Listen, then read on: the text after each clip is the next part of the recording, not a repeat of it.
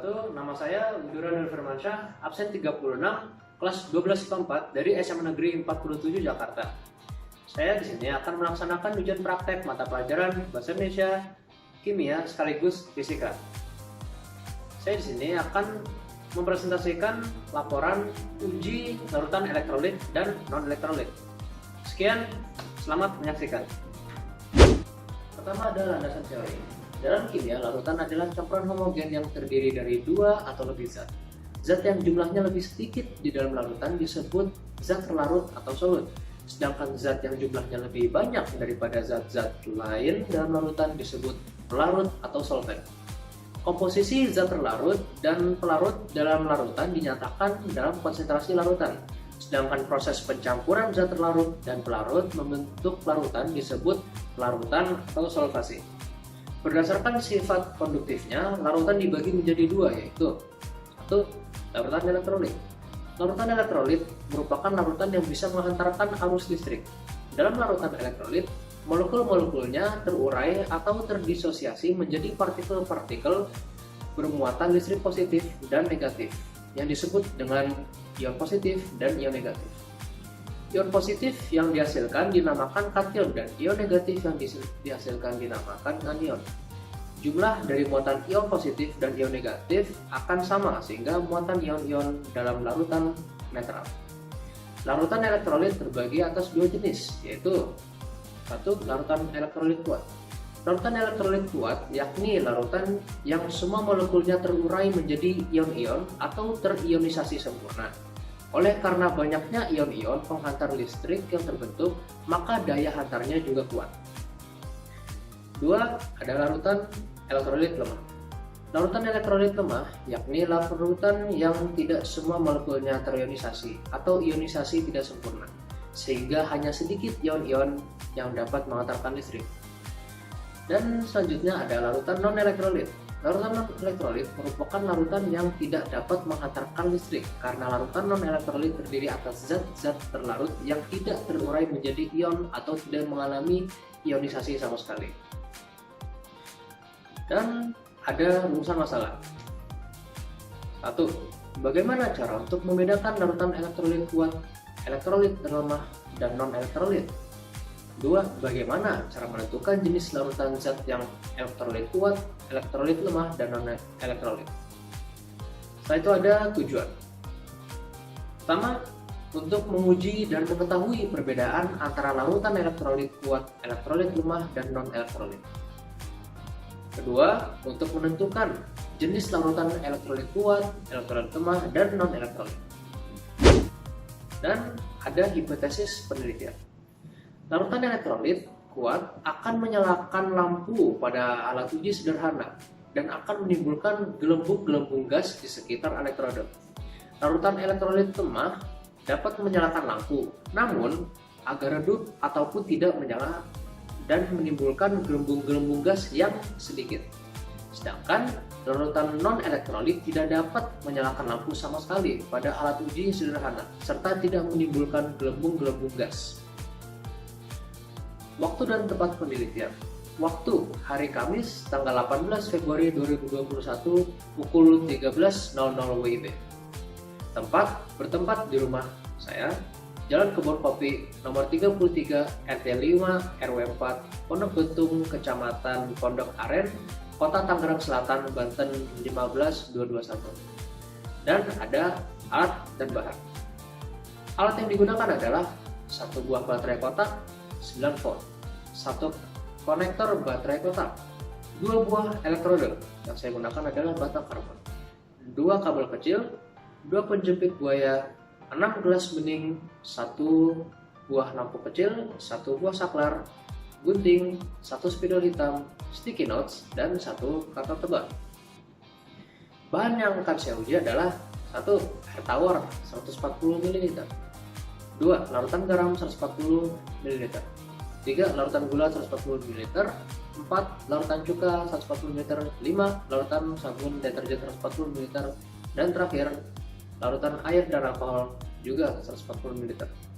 Prosedur dari penelitian ini adalah 1. Merangkai alat uji larutan elektrolit, 2. Menyiapkan larutan yang akan diuji sesuai takaran.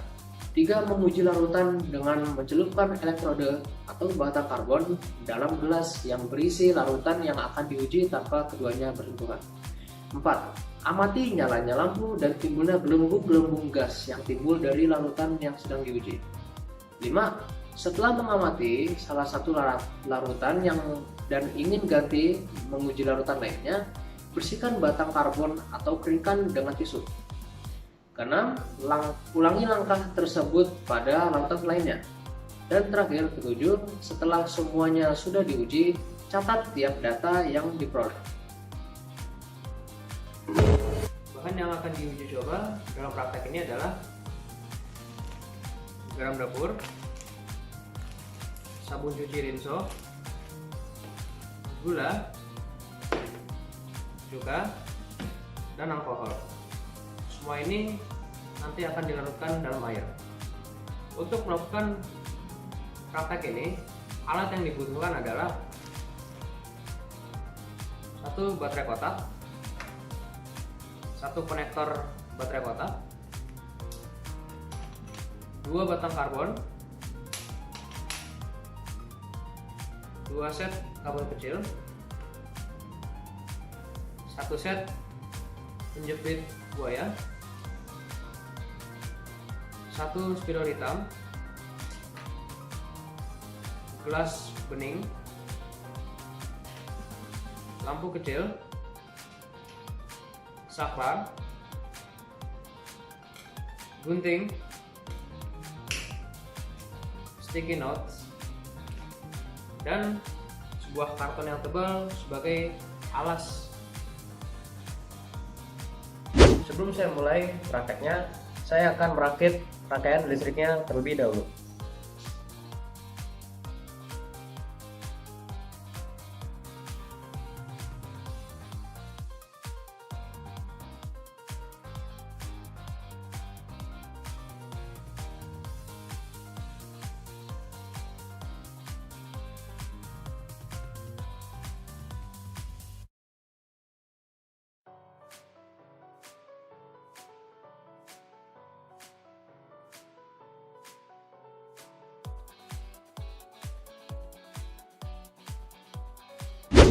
Dan melakukan praktek ini, larutan yang akan saya uji adalah air tawar, air plus 50 gram garam, air plus 50 gram gula, air plus 50 gram cuka, air plus 50 gram sabun Rinso, dan air plus 50 gram alkohol, serta stopwatch untuk menghitung berapa lama keluarnya gelembung dari tiap larutan. Larutan pertama yang akan saya uji coba adalah air tawar. Pertama, masukkan 2 batang karbon, dan untuk membatasinya saya taruh sendok plastik. Setelah itu saya nyalakan, kalian start timelapse-nya untuk membuktikan apakah gelembung keluar atau lampu menyala.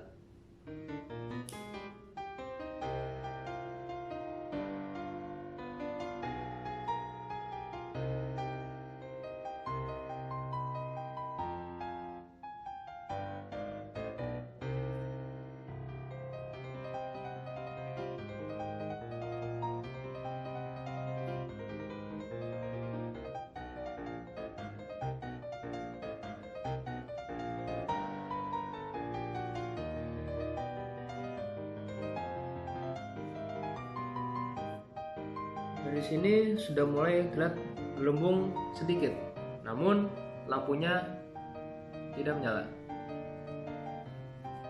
Larutan kedua yang akan saya uji coba adalah larutan air garam.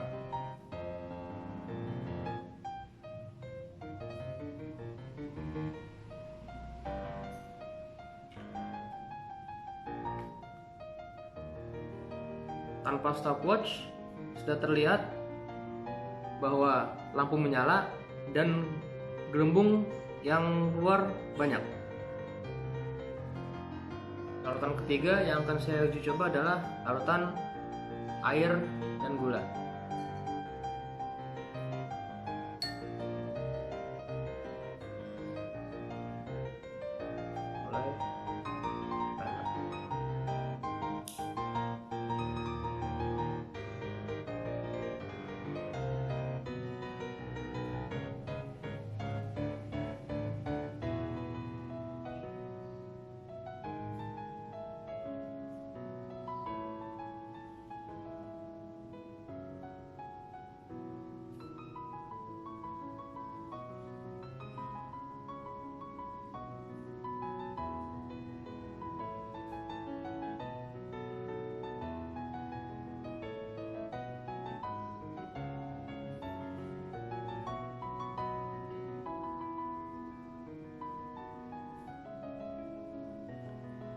Dari sini terlihat terbentuk gelembung namun sedikit serta lampu tidak menyala. Larutan keempat yang akan saya uji coba adalah larutan air dan cuka. Masukkan pembatasnya.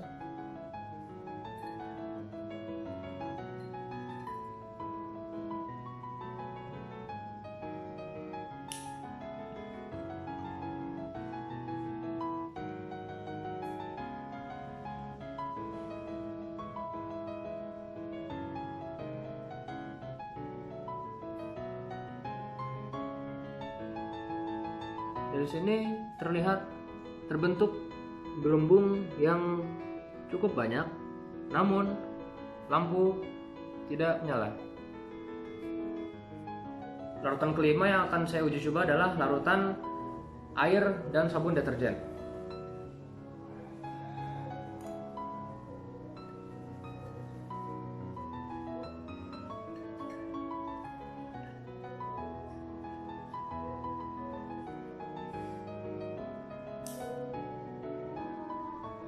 Dapat dilihat bahwa langsung terbentuk gelembung yang banyak dan lampu menyala, namun lebih redup dibandingkan larutan air garam. Larutan keenam dan terakhir adalah larutan air dan alkohol.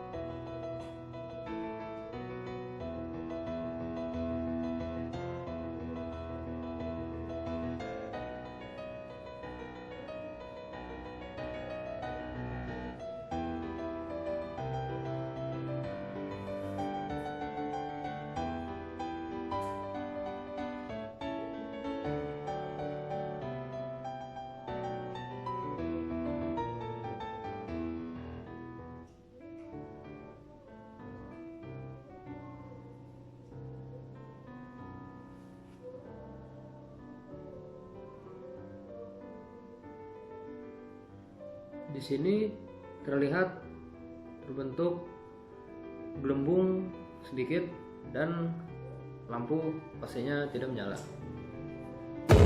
Berikut adalah data hasil penelitian. 1. Air tawar.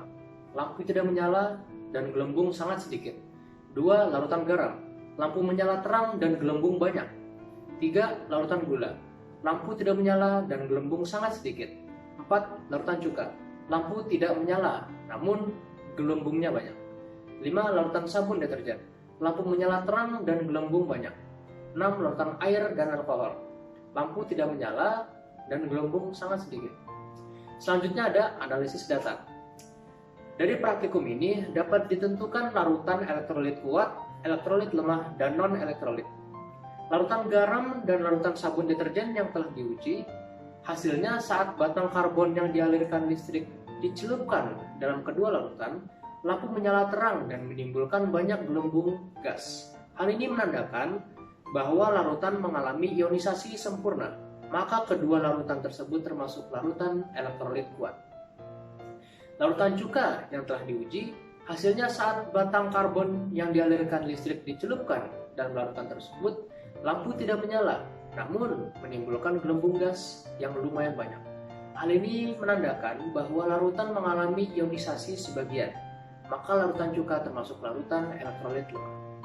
Sedangkan larutan gula, larutan air dan alkohol, serta air tawar sendiri, hasilnya saat batang karbon yang dialirkan listrik dicelupkan dalam ketiga larutan, lampu tidak menyala dan menimbulkan gelembung yang sangat sedikit, bahkan hampir tidak ada. Hal ini menandakan bahwa larutan tidak mengalami ionisasi. Kalaupun mengalami, maka sangat sedikit, sehingga ketiga larutan tersebut termasuk larutan non-elektrolit.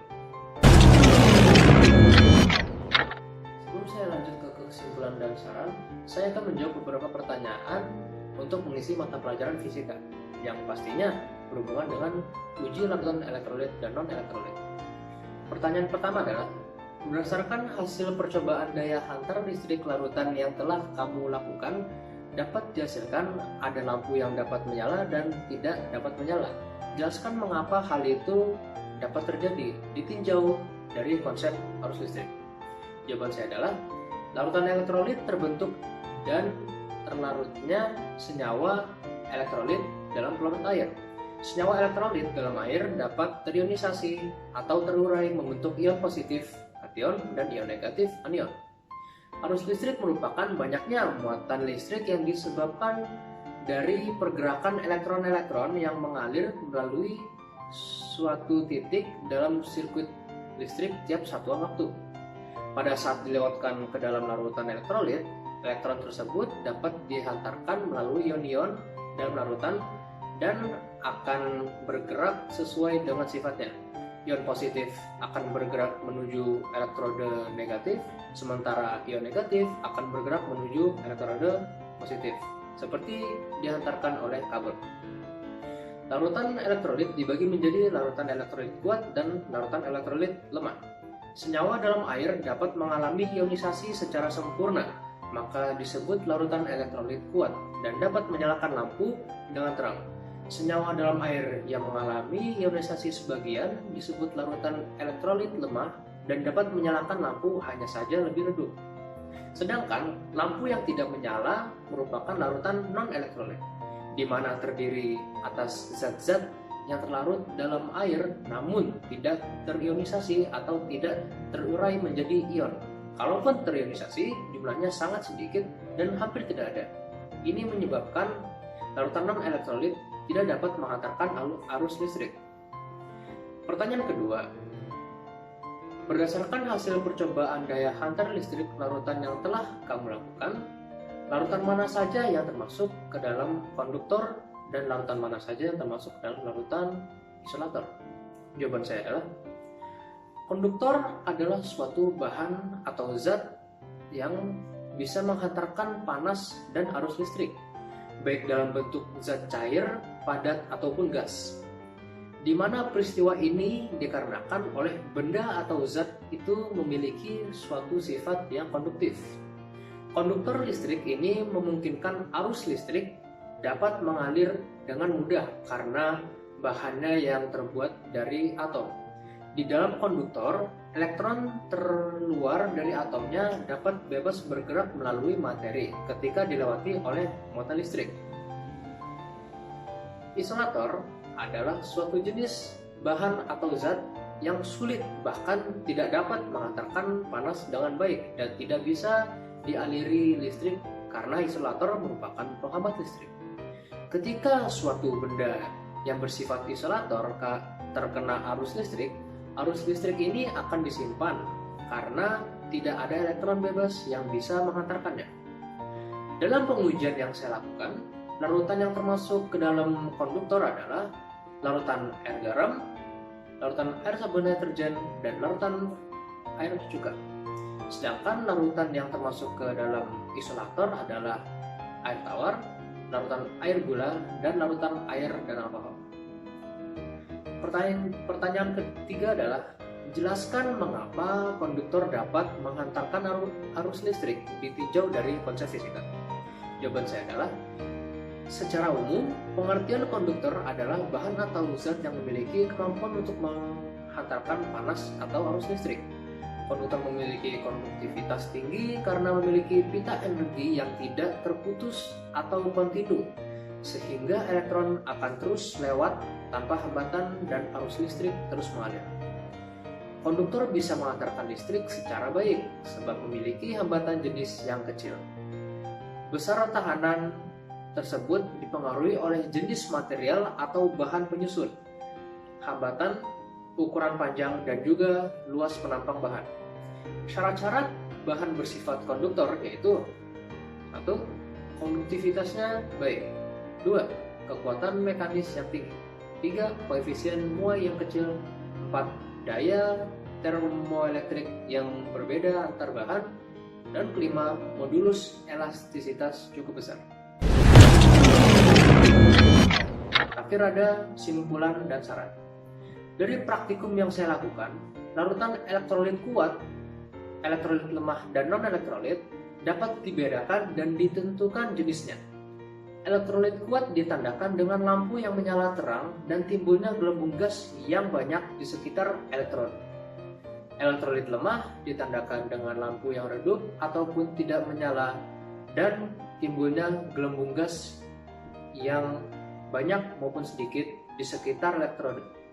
Sedangkan larutan non-elektrolit ditandakan dengan lampu yang tidak menyala sama sekali dan gelembung gas yang timbul sangat sedikit bahkan tidak ada di sekitar elektron. Saran saya dari praktikum tersebut adalah menggunakan baterai dengan tegangan listrik yang tidak beda jauh dengan tegangan listrik pada lampu.